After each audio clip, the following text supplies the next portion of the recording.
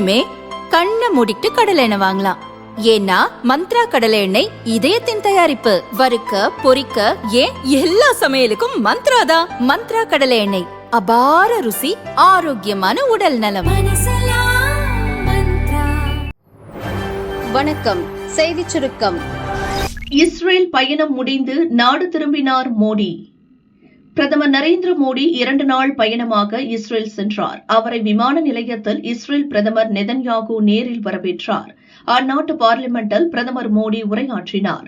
அப்போது அவருக்கு நெசட் சபாநாயகர் விருது வழங்கப்பட்டது.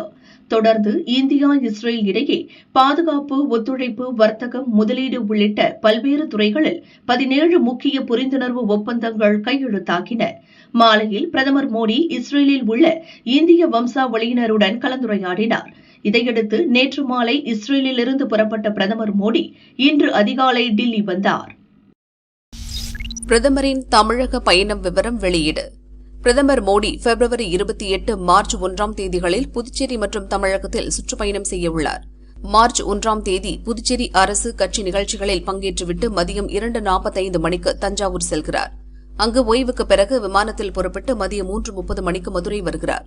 விமான நிலைய வளாகத்தில் நடக்கும் அரசு நிகழ்ச்சியில் புதுப்பிக்கப்பட்ட ரயில்வே ஸ்டேஷன்களை திறந்து வைக்கிறார். பரமக்குடி, ராமநாதபுரம் 4 வழிச்சாலை உள்ளிட்ட திட்டப்பணிகளை துவக்கி வைக்கிறார். பின் அங்கிருந்து புறப்பட்டு மாலை 4 மணிக்கு திருப்பரங்குன்றம் சுப்பிரமணிய சுவாமி கோயிலுக்கு செல்கிறார். அங்கு தரிசனம் செய்துவிட்டு மாலை 4:30 மணிக்கு புறப்பட்டு மண்டலோ நகர் செல்கிறார்.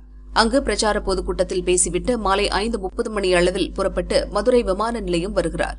6:10 மணிக்கு டில்லி புறப்பட்டு செல்கிறார். ஒரே கட்டமாக தேர்தல் நடத்த கட்சிகள் வலியுறுத்தல். தமிழக சட்டசபை தேர்தல் விரைவில் அறிவிக்கப்பட உள்ளது.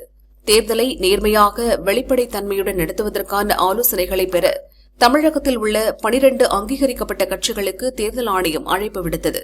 அதன்படி தலைமை தேர்தல் ஆணையர் ஞானேஷ்குமார் தலைமையில் சென்னையில் நேற்று ஆலோசனைக் கூட்டம் நடந்தது. இதில் தேசிய கட்சிகளான பாரதிய ஜனதா, காங்கிரஸ், மார்க்சிஸ்ட் கம்யூனிஸ்ட், பகுஜன் சமாஜ், ஆம் ஆத்மி, தேசிய மக்கள் கட்சி மற்றும் மாநில கட்சிகளான திமுக, அதிமுக, தேமுதிக, விசிக, நாதக ஆகிய கட்சிகளின் பிரதிநிதிகள் பங்கேற்று பல்வேறு ஆலோசனைகளை வழங்கினர். நேர்மையாக, வெளிப்படைத்தன்மையுடன் ஒரே கட்டமாக தமிழகத்தில் தேர்தல் நடத்தப்பட வேண்டும். ஏப்ரல் மாதத்திற்குள் தேர்தலை முடிக்க வேண்டும் என அனைத்து கட்சியினரும் வலியுறுத்தினர். அதைத் தொடர்ந்து தேர்தலை பாதுகாப்பாக நடத்துவது தொடர்பாக மாவட்ட கலெக்டர்கள், எஸ்பிக்கள், ஐஜிக்களுடன் தலைமை தேர்தல் ஆணையர் ஞானேஷ்குமார் ஆலோசனை நடத்தினார். வாக்குச்சாவடிகள் மற்றும் தேர்தல் பணியாளர்களின் தயார் நிலை, வாக்கு எண்ணும் மையங்கள், தேவையான பாதுகாப்பு படையினர், பறக்கும் படைகள் அமைப்பது உள்ளிட்டவற்றில் செய்யப்பட்டுள்ள முன்னேற்பாடுகள் குறித்து மாவட்டம் வாரியாக கேட்டறிந்தார்.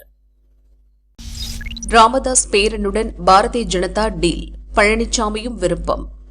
ராமதாசுக்கும் மகன் அன்புமணிக்கும் இடையே பிரச்சினை ஏற்பட்டு கட்சியை 2ஆக செயல்பட்டு வருகிறது.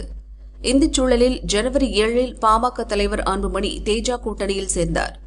தனியாக செயல்பட்டு வரும் ராமதாஸ் அதிமுக கூட்டணியில் சேர முடியாத நிலை ஏற்பட்டது.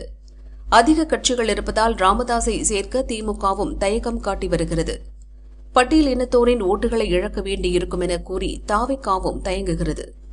அதிமுக கூட்டணியில் தேமுதிகவை சேர்க்க அதிமுக, பாரதிய ஜனதா தலைவர்கள் பேச்சு நடத்தினர். ஆனால் கடைசி நேரத்தில் திமுக கூட்டணியில் தேமுதிக இணைந்தது. இது அதிமுக கூட்டணிக்கு பின்னடைவாக பார்க்கப்படும் நிலையில் ராமதாஸை கூட்டணியில் சேர்க்க பழனிசாமி விரும்புவதாக கூறப்படுகிறது. அன்புமணி கூட்டணியில் இருப்பதால் ராமதாஸை சேர்ப்பது சரியாக இருக்குமா? அன்புமணியை சம்மதிக்க வைப்பது எப்படி என பழனிசாமி ஆலோசித்து வருவதாக அக்கட்சியினர் தெரிவிக்கின்றனர்.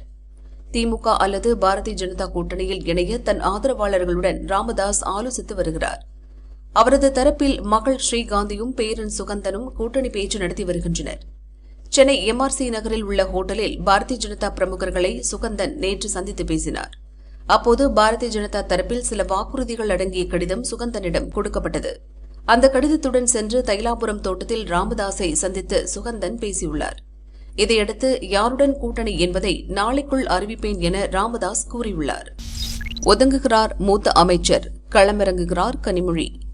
மீன்வளத்துறை அமைச்சர் அனிதா ராதாகிருஷ்ணன் தொடர்ந்து 6 தேர்தல்களில் திருச்செந்தூர் தொகுதியில் வெற்றி பெற்றவர். இப்போது கடுமையான முதுகுவலியால் அவதிப்படுகிறார். அதிக நேரம் நிற்க முடியாததால் முழு நேர அரசியலில் அவரால் ஈடுபட முடியவில்லை. அதே நேரம் சொத்து குவிப்பு வழக்கு, அமலாக்கத்துறை வழக்கு, சொத்துக்கள் முடக்கம் என கடும் மன உளைச்சலுக்கும் ஆளாகியுள்ளார். இதன் எதிரொலியாக வரும் சட்டசபை தேர்தலில் போட்டியிட வேண்டாம் என்ற முடிவுக்கு வந்திருக்கிறார். இதை முதல்வர் ஸ்டாலினிடமும் அவர் தெரிவித்துள்ளார். அண்மையில் திருச்செந்தூரில் திமுக நிர்வாகிகள் கூட்டம் நடந்தது. அதில் கலந்து கொண்டோர் அனிதா ராதாகிருஷ்ணனை லட்சக்கணக்கான ஓட்டுகள் வித்தியாசத்தில் வெற்றி பெற வைக்க வேண்டும் என பேசினர். அப்படியெல்லாம் பேச வேண்டாம் என அமைச்சர் தடுத்துள்ளார். இறுதியில் பேசிய அவர், திருச்செந்தூர் தொகுதியில் திமுக சார்பில் யார் போட்டியிட்டாலும் வெற்றி பெற வைக்க வேண்டியது அனைவரின் பொறுப்பு என கூறியுள்ளார். தென் மாவட்டங்களில் திமுகவுக்கு கூடுதல் பலத்தை ஏற்படுத்தும் விதமாக திருச்செந்தூர் தொகுதியில் திமுக துணை பொதுச் செயலர் கனிமொழியை களமிறக்க இருப்பதாக தகவல் பரவியிருக்கிறது. சிதம்பரம் மீது வழக்கு பதிவு செய்ய அமலாக்கத்துறைக்கு அனுமதி. சட்டவிரோத பண பரிமாற்றம் தொடர்பாக முன்னாள் மத்திய அமைச்சர் சிதம்பரம் மீது வழக்கு பதிவு செய்ய அனுமதி கிடைத்துள்ளதாக அமலாக்கத்துறை அதிகாரிகள் தெரிவித்துள்ளனர். அமலாக்கத்துறை வெளியிட்டுள்ள செய்திக்குறிப்பில் கூறியிருப்பதாவது, காங்கிரஸ் ஆட்சியில் மத்திய நிதியமைச்சராக சிதம்பரம் இருந்தபோது ஏர்செல் மேக்சிஸ் என்ற நிறுவனம் 3565.91 கோடி ரூபாய்க்கு வெளிநாட்டு முதலீடுகளை பெற அனுமதி கோரியது. இதற்கு அனுமதி வழங்கும் அதிகாரம் பொருளாதார விவகாரங்களுக்கான அமைச்சரவை குழுவுக்கு இருந்தது. ஆனால் அமைச்சரவை ஒப்புதல் பெறாமல் கடந்த 2006 மார்ச் 20 சிதம்பரம் சட்டவிரோதமாக அனுமதி வழங்கியுள்ளார். இதுகுறித்து சிபிஐ அதிகாரிகள் வழக்கு பதிவு செய்து விசாரித்தனர். அப்போது வெளிநாட்டு முதலீடுக்கு சட்டவிரோதமாக அனுமதி கொடுத்ததற்காக சிதம்பரம் மகன் கார்த்திக்கு சொந்தமான நிறுவனம் வாயிலாக லஞ்சமாக 1.16 கோடி ரூபாய் பெறப்பட்டு இருப்பது தெரியவந்தது.